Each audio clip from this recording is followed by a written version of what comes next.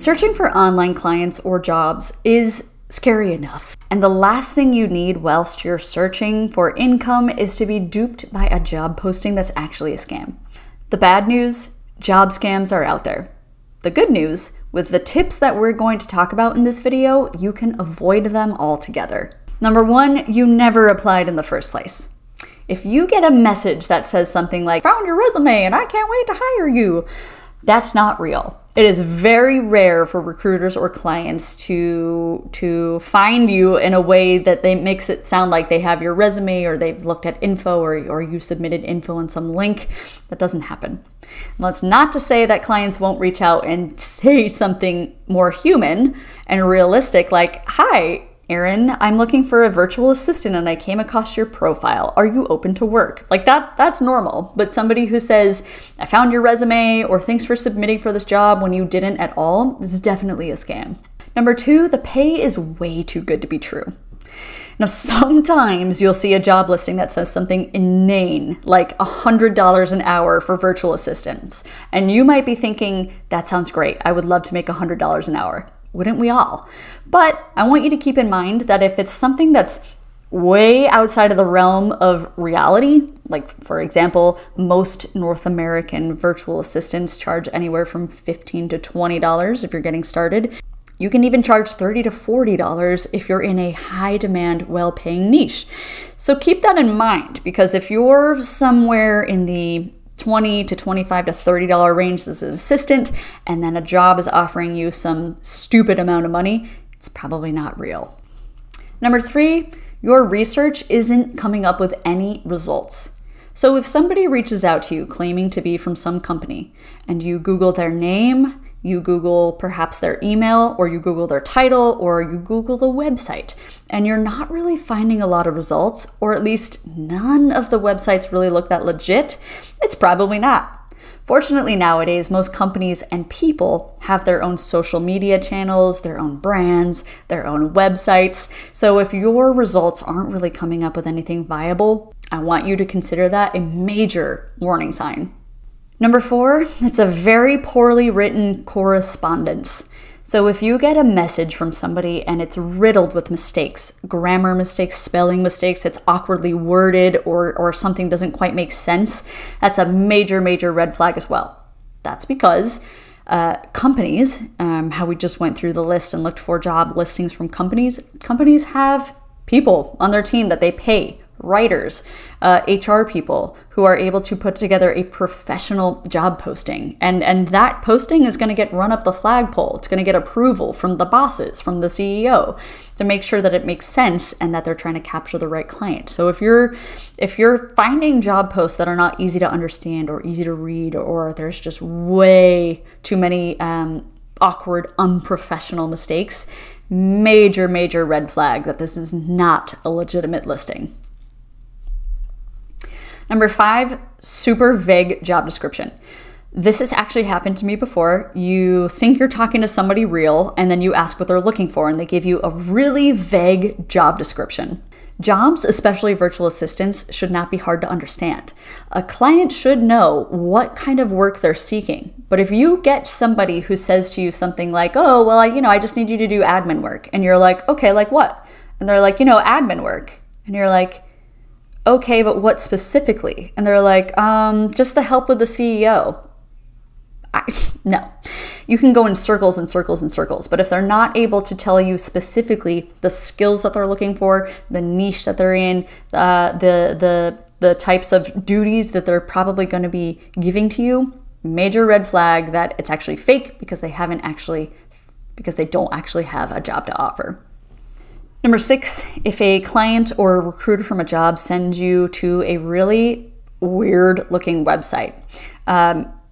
So most websites are legit. You can tell that they're legit because there'll be a little lock icon in the upper hand corner that already tells you that this is a secure, safe, real website. If you're getting websites that are misspelled or just a little bit off, it might not be real, or they look kind of perfect, but they're not quite. Like, let's say, for example, somebody from Amazon wants you to work for them as a virtual assistant, and they send you to a website that's like amazonsassistant.com. It's probably not real. Or if they send you to something like Amazon A2Z.com, that's not Amazon's website. So if it's a little bit off, if the website looks like it could be legit, but it's just a little bit off, I want you to trust your gut and stay away from that particular link and job posting. If, number 7, this person has a generic email. So most clients will send you a message from their branded email. So if they have a website, if they have their own business, they're going to be sending you an email that's like john@apple.com. It's rare nowadays that somebody will send you something from Gmail or Yahoo or AOL. So if you're getting emails from potential clients or recruiters that are like 123@yahoo.com, probably not real. Major red flag. Particularly true if you're talking to a potential client and then they're like, hey, send me an email at simpsonsforever@aol.com. No, just no. Number 8, if a client asks you for an interview over a messaging service, I want you to run for the hills. That's so unprofessional. No client in their right mind is not going to get on the phone or a video call with you. Clients will almost never ask you to do an interview over WhatsApp, over text messages, over GChat. I can't even imagine doing an interview over text, but if somebody asks you to get on a messaging service and wants to bypass some sort of chat software, this is so unprofessional. No legitimate company or person is going to ask you to GChat your interview. Number 9, if you send an application in or you send a pitch to a freelance client and they offer you a job immediately, like there's no interview process, they just respond and they're like, woohoo, you're hired. Probably not real. And that's because legitimate people and legitimate companies want to make sure that you're a good fit for their company. They'll want to get on the phone with you. They'll want to discuss things like pay, the job duties, your hours of operation. No one, especially nowadays, is going to offer you a job sight unseen and right away. If a potential client asks for anything like your social security number, your bank account details, any of your personal information, your address, if they're asking for any of that in email or in the very early stages of your interview process, that is a major, major red flag that this person is clearly just fishing for your details or your bank account details. So for example, if you meet Adam today on LinkedIn and Adam says, let's hop on a call, and you do a full interview with Adam and you guys decide that yes, you're a great fit and you would love to move forward with one another and it is legit, Adam at some point will have to send you something like a W-9 so that you can fill out your tax info. That's so that he can legally pay you. I realize that what I just said is all relevant just to the United States. But if you meet fake Adam and fake Adam gets on the phone with you, and before you even say like, hey Adam, these are the services I offer and this is how much I charge, and he just says to you, really excited to work with you, I need you to send me your bank account details so that I can get you set up on autopay. Probably not real. I need you to absolutely protect those details very closely until you are assured that this is a real job. So nobody's going to ask you for your social security number right away. Nobody's going to ask you for banking details. It's because no one needs those items whilst you're doing this initial interview part. So anything more than that is absolutely a job and by a scam, by the way. And if anything that somebody's asking you makes you uncomfortable, don't feel pressured to give up any details if you're unsure. Last but not least, and this is a really big one, you are asked to pay for something.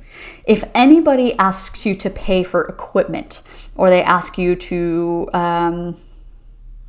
like let's say you find a job. Like let's say a client says, I really want to send you a laptop, but I'm gonna need you to pay for shipping so I can actually get it to you.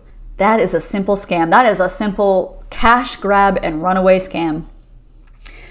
No reputable company or person is going to ask you to send money to mail something. In fact, on that vein of thought, no person is going to give you a laptop. In fact, you as a virtual assistant are definitely expected to have your own laptop and phone and money to pay for your bills.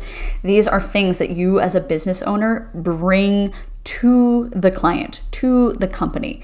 So if anybody's asking you to pay for something upfront, that is not real. No sir, no ma'am.